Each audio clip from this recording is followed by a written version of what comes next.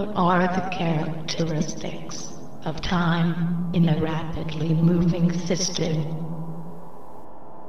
Time in a rapidly moving system is dilated. One can easily observe this in cosmic radiation. The Earth's atmosphere is constantly bombarded by cosmic radiation, consisting of very high energetic protons coming from the depths of the universe.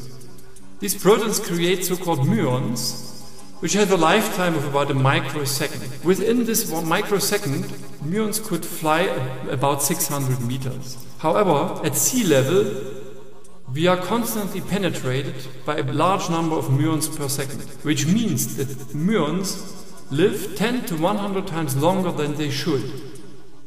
That's a very important proof of the fact that time is dilated in a rapidly moving system.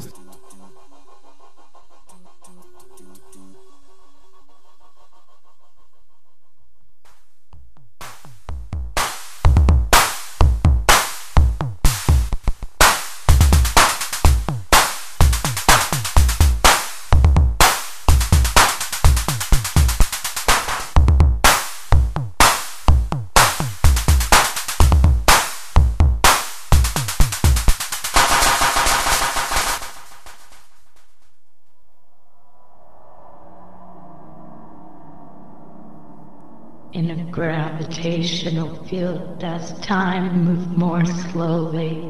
How does time function without the force of gravity?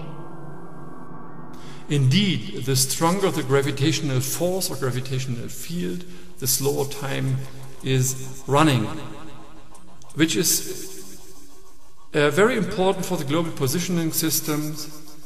Atomic clocks in the weaker gravitational field in a high orbit around the Earth run faster by a fraction of a microsecond, which is decisive for the correction of the GPS signals in our devices on Earth. The most extreme example of the action of the gravitational field onto the flux of time is at a black hole horizon. If we are falling into a black hole and look back to Earth, at the very moment of the transition of the black hole horizon, time is standing still, time is frozen when we look back to Earth.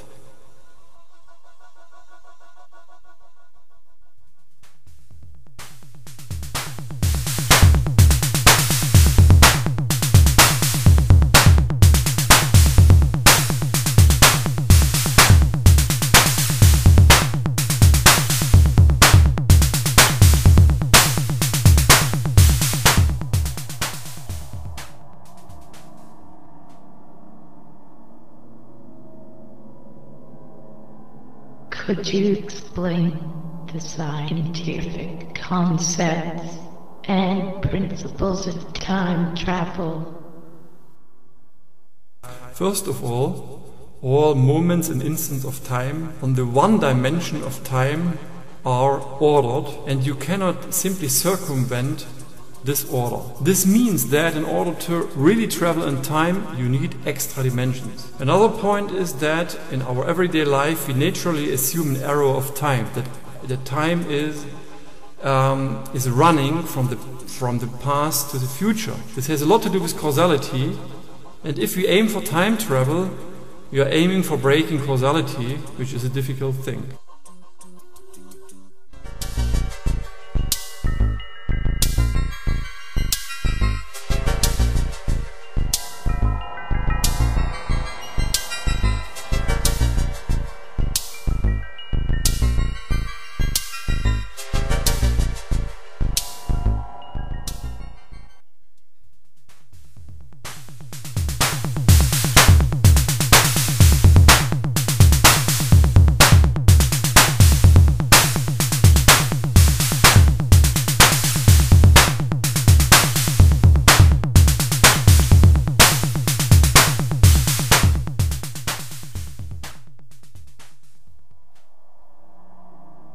Could you explain the grandfather paradox and the twins paradox? The twin paradox says that, okay, you take two twins, one stays on Earth, the other one is traveling very, very rapidly. And if after a certain time the rapidly traveling twin comes back, due to the high speed of his travel, he has not aged that much, so he stayed younger. This sounds paradox, but it has really been observed. For example, in the famous atmospheric muons, which at a speed very close to the speed of light are able to travel from 30 kilometers above us down to the Earth and prolonging their lifetime by a factor of 10 to 100. That's an everyday observation which can easily be proven, so there is no real problem about that. The grandfather paradox is a little bit more tricky. It has to do with causality and logics. It means that if you could travel in time, for example into your past, you might be able to kill your grandfather with the consequence that your father and yourself could not have been born. This is indeed paradoxical. My comment to this point is that if causality is strongly violated, we would live in a genuinely chaotic environment and world. However, in such a world, no intelligence, no science and no technology are possible. This, however, is not true.